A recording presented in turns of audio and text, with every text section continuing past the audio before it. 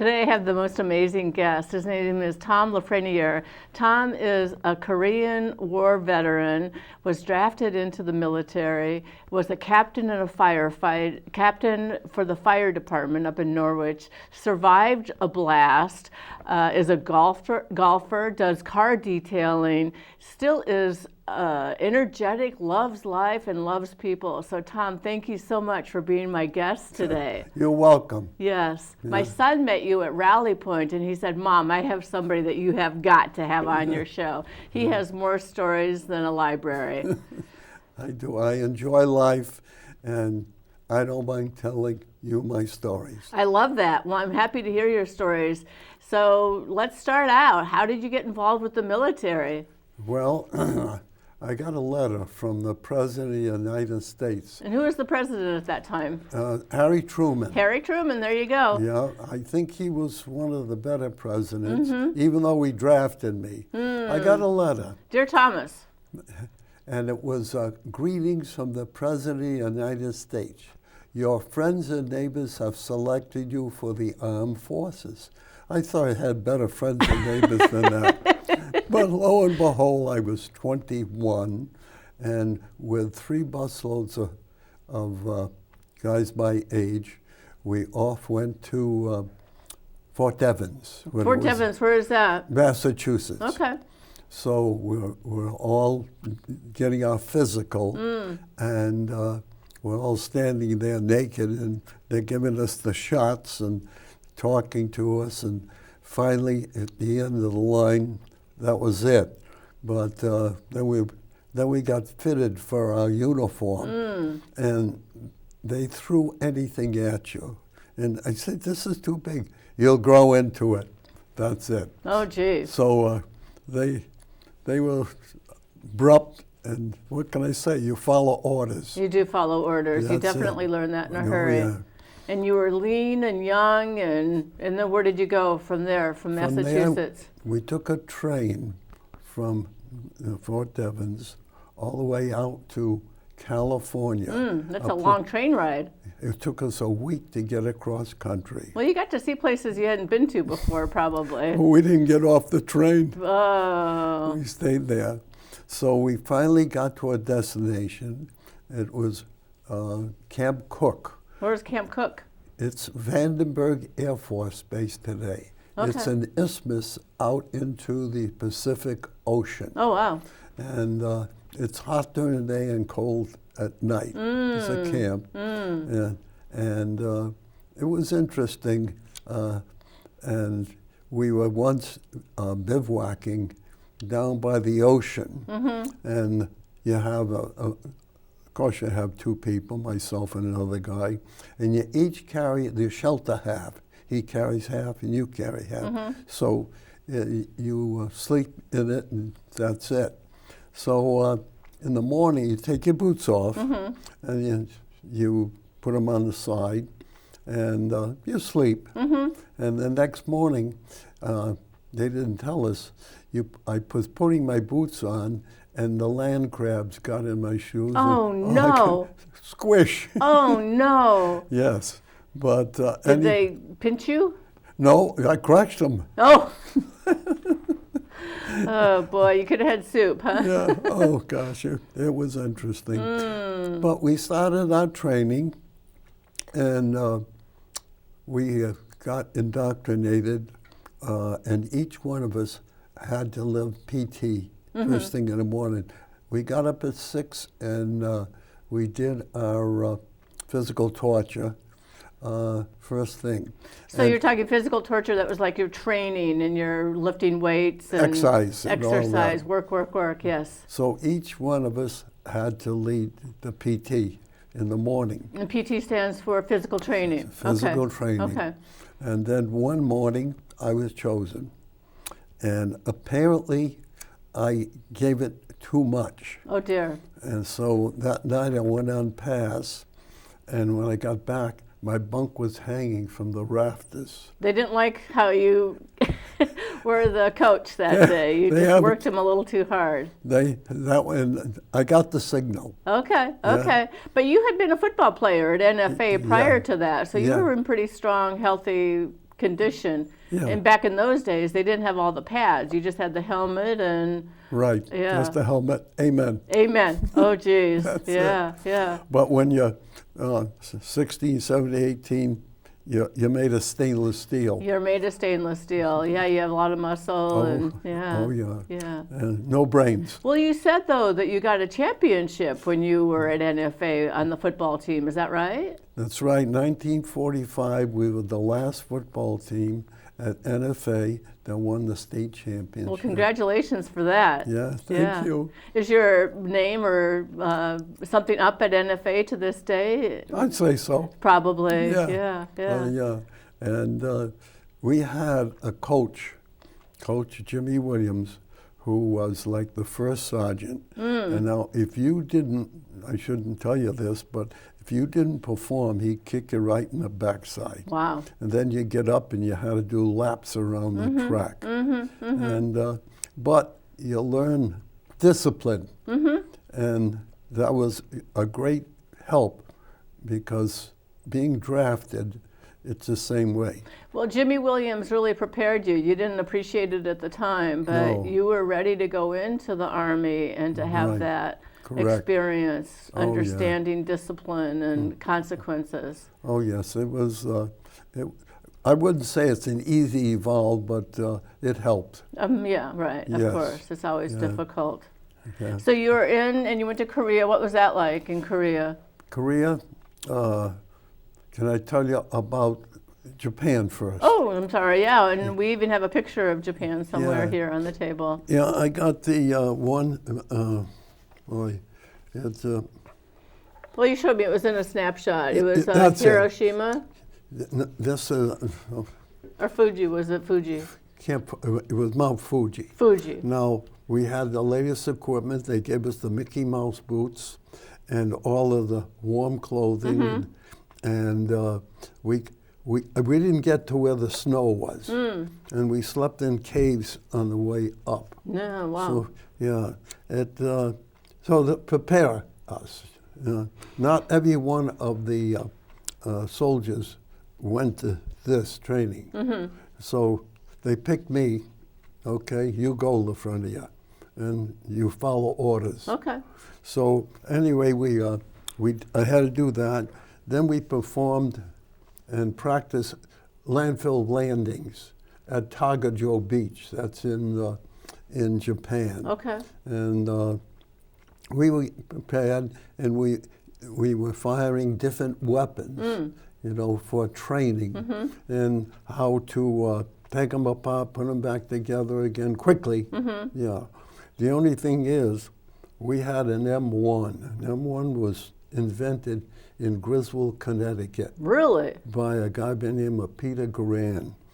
And the only thing is, you had a cartridge that held 6 shots in it. And when you depressed the cartridge in, if you didn't get your thumb out of the way, it would whack you. And you get what they call an M1 thumb. An M1 thumb. Black and blue. Black and blue. Did that happen to you? Yes. A couple of times? Yes. Oh. Well, yeah.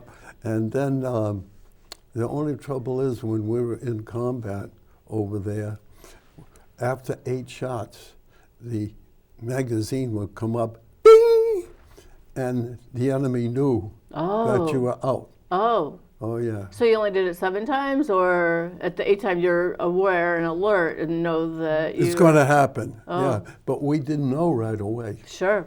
Yeah. Sure. Yeah. Wow. But anyway... so you went from Japan then to Korea. To Korea. Yeah. That was a great trip. We went out of... Yeah, we went.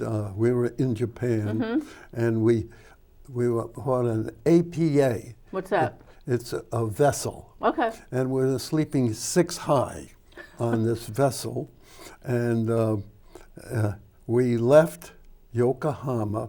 First day out, it's okay. I had the middle bunk, and the second day, we hit a typhoon in the Sea of Japan. Oh, no. Can you imagine 3,000 guys vomiting in the hold of the ship? Oh. It wasn't pretty, and it's something I will never forget. No, I'm sure not. And I the don't smell would be overwhelming Oh. too, I would think, yeah. I don't even take a bath now because I make waves in the tub. You don't? No. For that very reason. Yeah. But it was quite a thing when we landed in Incheon, And that's Korea. Korea. Mm-hmm. How long of a trip was this vessel? I'd say 3 or 4 days. I forgot exactly. Yeah. But yeah. Yeah. But anyway, we landed, and then we had to get off of the APA into an LCU. It's a landing craft. And you got all your equipment on the back, plus your weapon, and you're coming down the rope ladders, and the thing is going up and down. You're still a little seasick, probably. Yeah. And then you get into the landing craft, and that's it. Little did we know, it was 35 below zero. Oh. We did not have winter clothes, so we got off the landing craft, and we loaded it onto a 2.5-ton truck. And we drove all night long up to a place called Chawan. Chawan is a reservoir. And I guess to the right of us where the Marines were. We relieved the 24th Division when they got beat up by the Chinese. And I'll tell you, I'll go back all night long. You lost feeling in your fingers and your feet. Well, you said frostbite, right? Yes. Frostbite for your fingers and your feet. your extremities. Yeah, but when you're 21, 22, you go through it. And you still have symptoms of that. You still feel that. Yeah. My feet, I got to be careful how I walk. And the only trouble is buttons are very difficult to button now because there's no feeling in here. I've heard that from other veterans for that very same reason. We don't even appreciate or realize some of the impact or effect. But yeah, we relieved the 24th, and then we went into bunkers. And the bunkers had rats, and the rats had mites. And if the mites bit you, then you get hemorrhagic fever. I had 2 guys got it, and the bell called for the helicopter to come in, and he came in, and just one pilot in a big round dome, and the skids were on each side of the landing gear. And anyway, we got them out. I don't know if they lived or not, but the bunkers had what was it now? An oil that it was so cold it congealed. Oh, gee. So I didn't know that was possible. yeah, it wouldn't flow. Right. That's all. Well, 35 below, right? Yeah. So yeah, that makes sense. So, And you got a bronze. You got a bronze medal when you were in Korea. yes, yeah. I did something, I don't know. When you're young, you do things. Myself got the Bronze Star, and my corporal, he got the medal pendant. Nice. Also, the 2 of us. You got said it. you went above and beyond to receive that award. Yes, yeah. Yeah, I didn't know that. It was my job, and I didn't know it. But they gave it to me, and the picture there is the last day I was in Korea. Nice. And the captain gave me the Bronze Star. Well, you're head and shoulders taller than him, huh? Yeah. Yeah. Well, I was even taller than then, but I've shrunk. You've lost a couple of inches, maybe, huh? Yeah. But it was, I think every young man should go in the service. I learned respect and discipline, and I try to do that through my life. And I think it has worked out. I think, yeah. Well, you told me that you grew up in a family that your family was a business. Your dad owned Bid's Tavern on 631 North Main Street, I think you said? Yes. Yeah, and Bid was a nickname for your father. For my father. His first name was Wilfred. Oh. And they used to call him Biddy. Biddy. Yeah, it's quick. Okay. And anyway. You said you started working there when you were 5 years old. Yeah, they had spittoons on the floor, and at 5 years of age, my job was to clean them. Oh, that wouldn't be a fun job. That was when they used to chew tobacco, right? And definitely. yeah.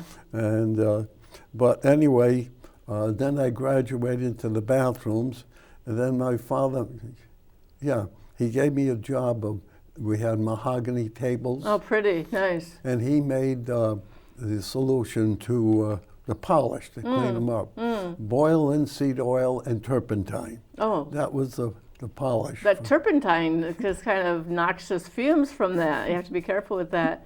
But you had the family business. Your dad retired from that. Bid's Tavern no longer exists, but you had it for quite a few years. Yeah, we started, Dad started in 1933, right after repeal of Prohibition. Oh, there you go. Perfect timing. He was the second permittee in town. And my mother did a lot of the cooking. Oh, did she? So it wasn't just a bar, but you served. Yeah, she used to make pork pies, little. Oh, they call them troutke in French. Oh, sure. And she used to sell them, heat them up. They were all cooked. Oh, yeah. But to heat them up, she used to put them on one of the radiators. No. And I think now.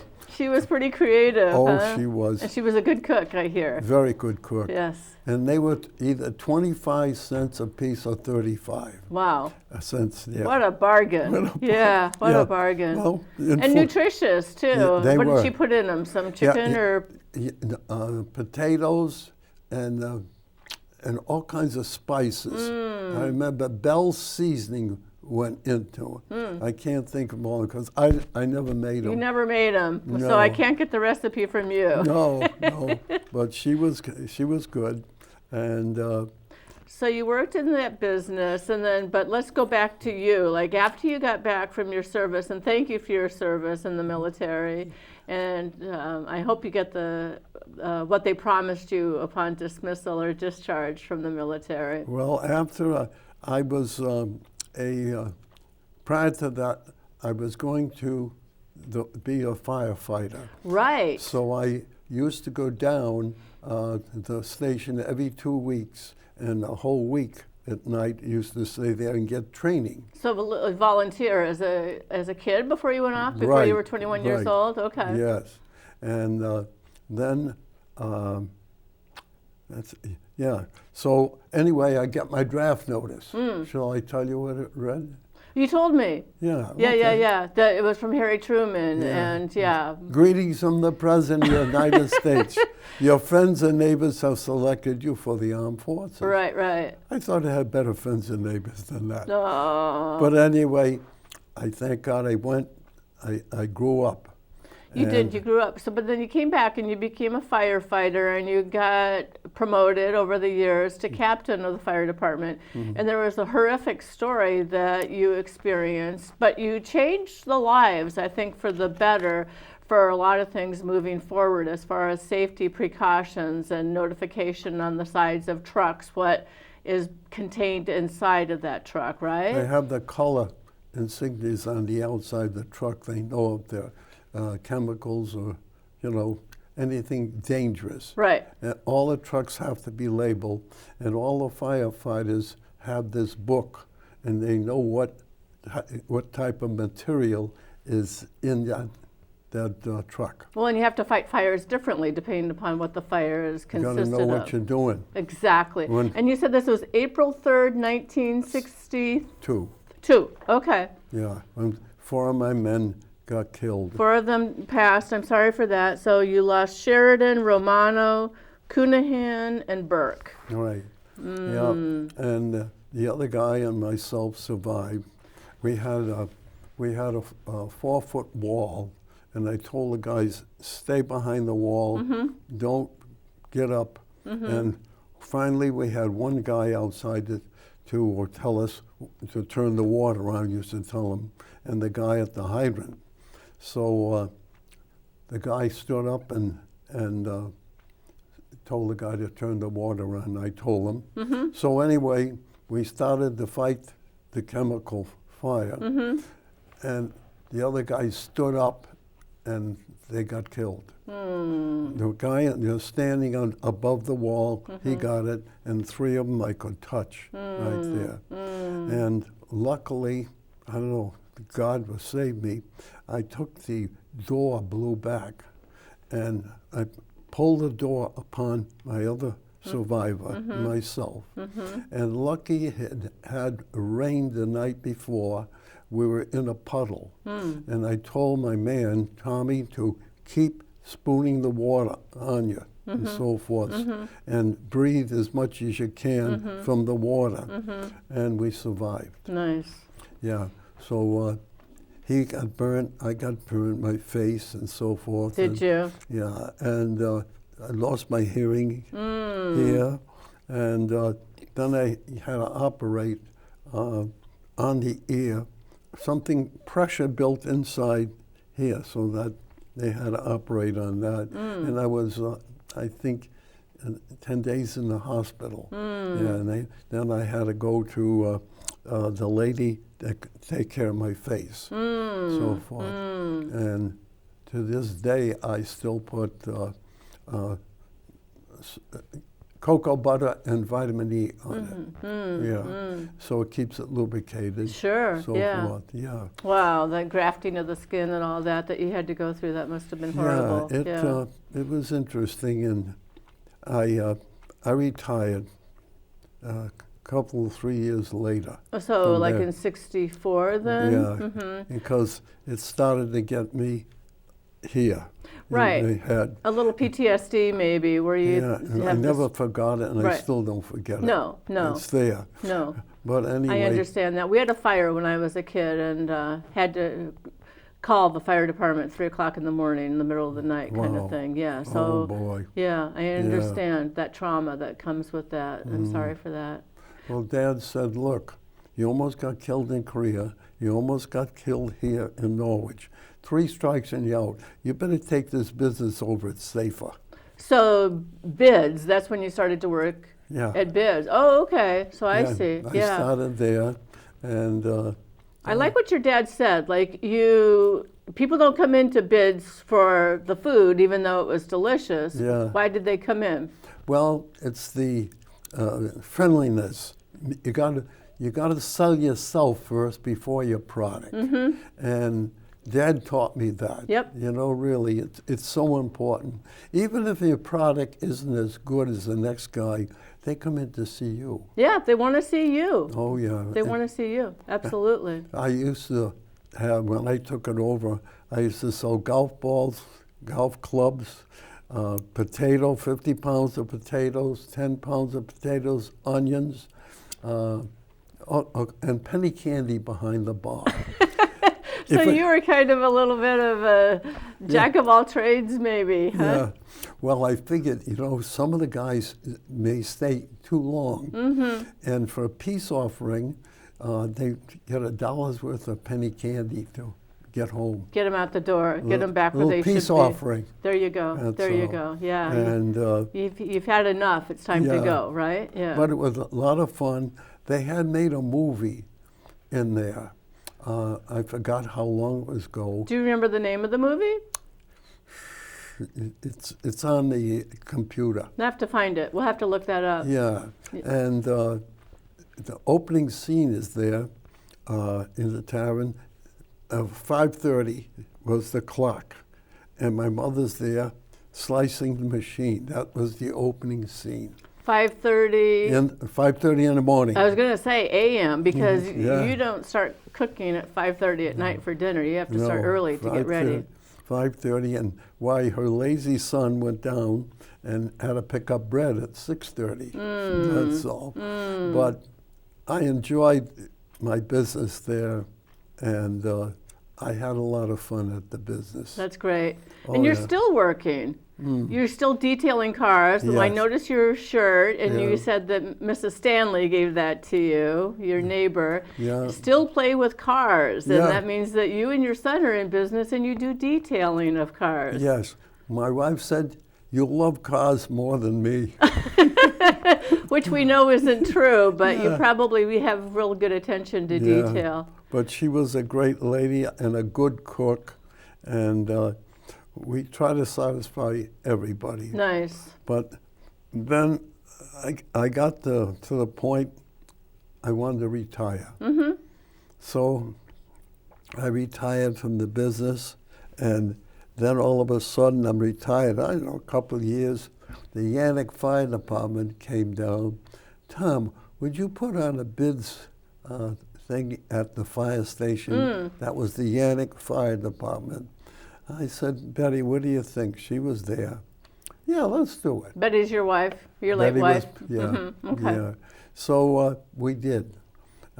We put it on generally the third week in May, which is coming up. This is my 12th year doing it. So we'll have to look forward to that and, follow up and come and hang out with you and be a part of that. That would be great. It was great. We have music, and we have about 6 people doing the sandwiches. Okay.